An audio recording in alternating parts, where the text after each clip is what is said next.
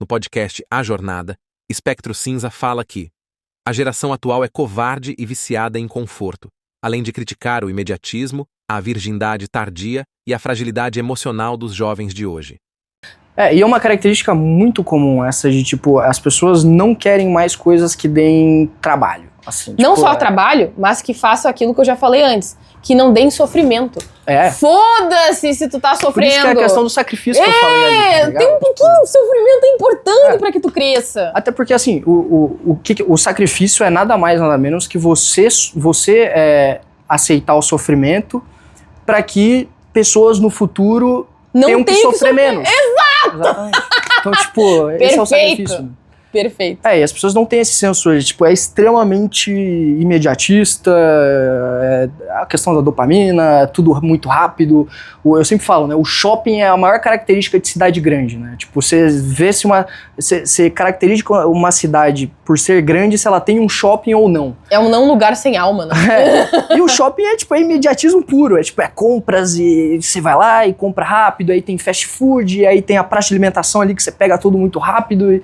Então, tipo, é um fenômeno muito característico hoje do mundo moderno, principalmente moderno pós-45, é esse imediatismo que a gente tem, e isso é uma bosta, velho. E olha, eu vou te falar, eu acho que parte disso também é resultado de pais que sofreram muito e não queriam que os filhos sofressem também na mesma medida, e isso faz com que eles sejam muito condescendentes. Sim. Isso me deixa um pouco irritada, porque assim, ó, eu até acho que a minha mãe, ela foi mais dura do que ela precisava comigo, né, porque eventualmente ela comenta comigo que ela me criou muito independente e mais isolada emocionalmente e tal. E aí, às vezes eu comento, né? Eu comentei com ela, nossa, mas tu também, né? Era muito dura comigo. E ela disse assim pra mim uma vez, eu te criei pra ser forte. Mano, mas também, faixa de gás não precisava também. Não precisava chegar a esse ponto, ô espartana. Mas eu acho que... Professor? Sim. Mas, em alguma medida, isso foi importante pra mim, sabe? E eu penso que muitos desses pais, eles não querem obrigar os filhos a fazer o que eles não querem por causa disso. Sabe? Eu não vou obrigar meu filho a fazer o que ele não quer. Não, mas ele precisa fazer. É que nem comer arroz, feijão, salada. Ele tem que praticar um esporte. Sim. Sabe? Ele tem que fazer parte de um clube de xadrez. Ele precisa aprender a tocar um instrumento musical. Ele precisa participar de campeonatos, de feira de ciência, de uma intersérie. Ele precisa aprender a viver desse jeito. Fazer coisas. Fazer coisas. Contato com gente. Contato com pessoas, com gente, entendeu? Lidar com constrangimento, com bullying, com vergonha pública. Vai acontecer inevitavelmente. O problema é que o indivíduo vai estar com 24 anos de idade e ele quer se relacionar com uma mulher que já estudou mais, que interagiu, que socializou. E aí ele não vai ter as ferramentas necessárias pra interagir com ela. Aí não sobra nada pro Não Betinha. sobra nada pro Betinha, caralho. Como é que ele não vai sobrar, conseguir se relacionar? Não faz nada, pô. Porque ele não fez nada. Ele não competiu, ele não fez um esporte, ele não trabalhou, ele não estudou, ele não viajou, ele não fez nada, ele não interagiu com os outros. Ele não tem ferramentas pra desenvolver aquele feeling pra interagir com os outros. Sim. Aí ele quer interagir lá com a bonitona gostosa, que trabalhou, estudou, que tem uma qualificação profissional acima da dele. Não vai rolar, meu filho. Porque ela vai notar que existe uma imaturidade evidente no comportamento dele. Porque ele está aquém. Ela se desenvolveu, ele ficou pra trás. Aí às vezes eu chego e digo, cara... O sujeito vem e reclama pra mim, eu sou virgem. O cara tem 24 anos de idade, eu pego, pelo amor de Deus, corra atrás do atraso agora, enquanto é tempo. Tá, assim... Porque quanto mais você demorar, mais pior vai ficar, velho. Entendeu? E assim, as pessoas, às vezes, elas ficam naquela... mas tu não pode falar pras pessoas irem contra a vontade delas. Porque é algo muito profundo, pelo amor de Deus. Então, seja um beta pro resto da sua vida, tá?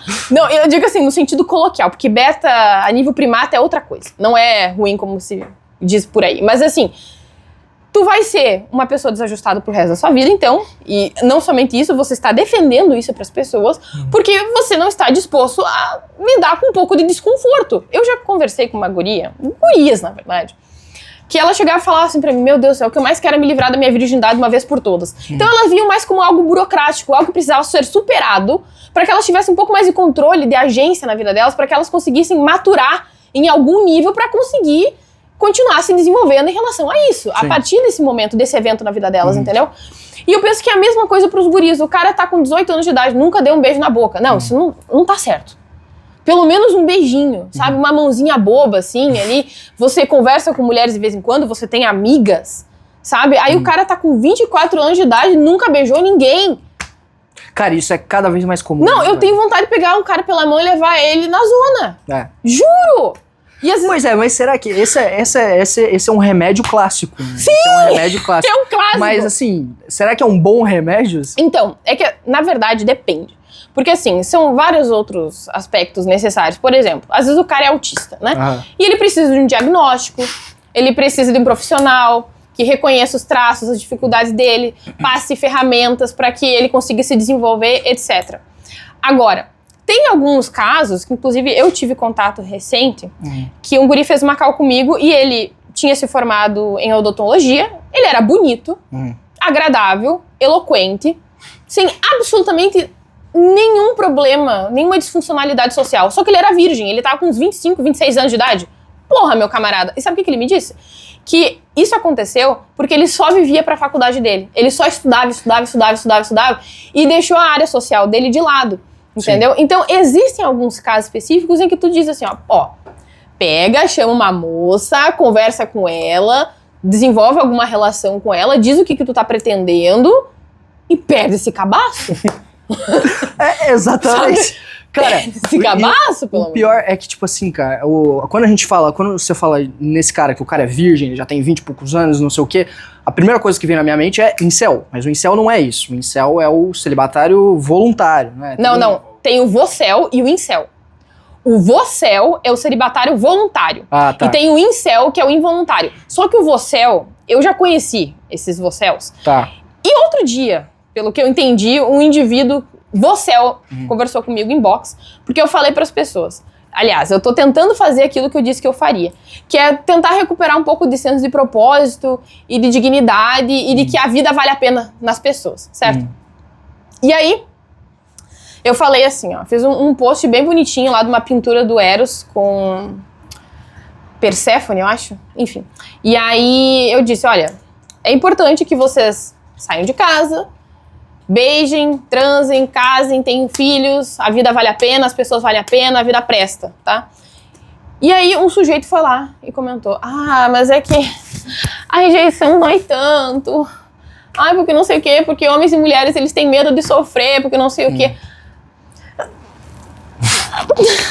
Sabe? Assim, eu olhei pra aquilo, eu fiquei até com preguiça de responder, mas é que assim, ó, e parte disso acontece por causa dessa maldição chamada internet e rede social. Porque assim, ó, a quantidade de bullying que eu passei na infância, na adolescência, a quantidade de rejeição e de foras que eu tomei, cara, felizmente eu lidei e maturei com tudo isso sozinha, sem internet, pra ficar ali, como eu poderia dizer, masturbando os meus traumas e justificando toda a minha percepção cognitivamente enviesada de que eu sou uma vítima da sociedade.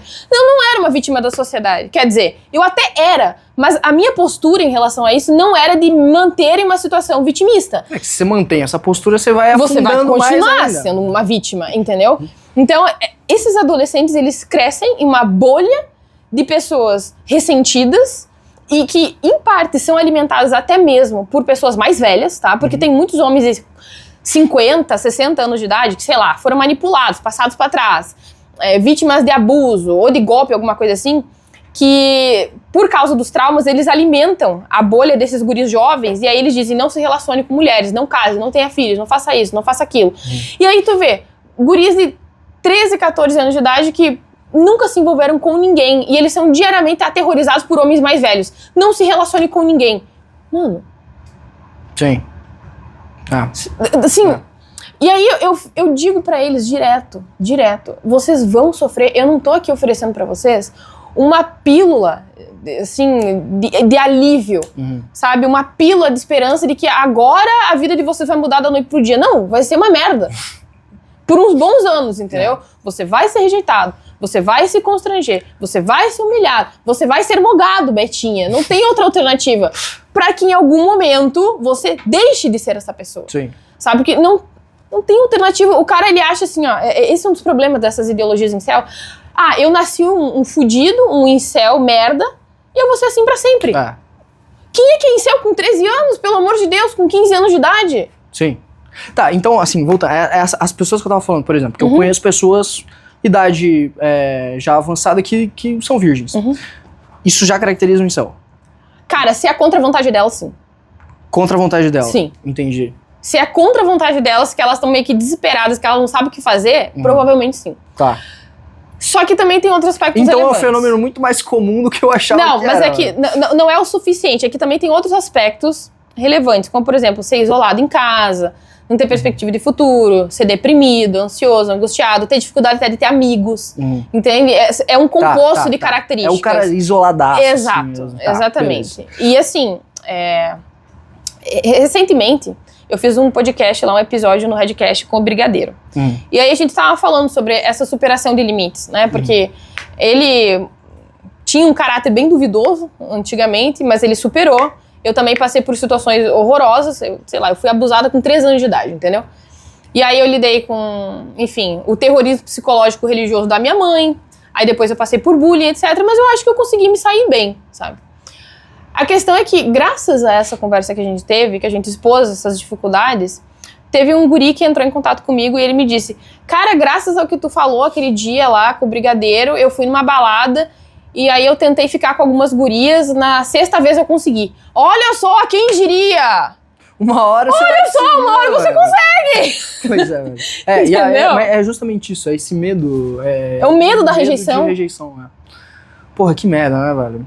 E pior que, tipo, eu não sei outra dica que eu poderia dar pra um cara desse, além de, cara, vai lá e faz, tá ligado? É só tentar. E sim, você vai ser rejeitado, você vai se fuder muitas vezes, mas, mas é a única alternativa. Mas é aí que tá o ponto de que me falta um pouquinho dessa sofisticação discursiva que os homens dão uns pros outros, porque eles simplesmente querem dar uma ordem e acham que o cara vai lá aceitar, não vai. Entendi. Entendeu? Tu vai lá e diz assim, só vai lá e faz. Não é assim, pô! E como que é, então? Eu não sei, velho. Falta uma feminilidade discursiva Entendi. no seu posicionamento. Você vai lá, diz, eu entendo, você se sente um merda, você já internalizou indignidade, desvalor, você já deve estar traumatizado, etc. No caso, no nosso mundo a gente chama isso de viadagem. Eu sei, mas tem que ser viado, entendeu? Vai ter que dar a viadada, uma desmunhecada pro jovem. Na prática eu vou falar, cara, para de ser viado e vai lá, pegar a mina, tá ligado? É isso que eu vou falar, velho. Mas não é o suficiente. Aí depois disso, você vai lá e diz assim pra ele, vá atrás dessas pessoas, entendeu? Sai de casa, pratica um esporte, faça uma atividade intelectualmente gratificante pra você, que seja valiosa, sabe, a longo prazo, etc. Tu não vai sentir os efeitos disso em, 5 anos, talvez. Tu vai sentir em 10, 15, 20 anos. E, acima de tudo, você vai sofrer muito nesse processo. Você vai sofrer. Sim. Aprenda a aceitar. Se resigne nessa condição. Só que, nesse caso, você vai sofrer projetando vencer lá na frente. Porque, veja bem, muitas pessoas elas têm uma perspectiva errada de que estar em uma zona de conforto significa estar feliz. Não raramente as pessoas estão resignadas numa zona de conforto, sendo incels, mas sofrendo muito, mas a troco de nada. Entendeu? Então, troque um sofrimento por outro que seja muito mais produtivo pra você lá na frente, tá? Agora tu vai ser humilhado, constrangido, envergonhado, rejeitado, mas vai valer a pena lá na frente. E aí tu vai estar com 20 anos de idade e tu não vai ser um bundão. Sim. Tu não vai ser um covarde, rejeitado, socialmente inapto. Agora tu vai sofrer mesmo, as pessoas vão te perseguir, elas vão rir de você, de fato, vai acontecer. Sim. Entendeu? Mas faz parte do jogo, faz parte do crescimento, não existe crescimento sem dor. Exatamente. Tá? Então daí tu vai ter que fazer uma introdução com ele assim, tá? Vai ter que dar uma desmunhecada com esses jovens, beleza. tá bom? Fechou. Pode deixar.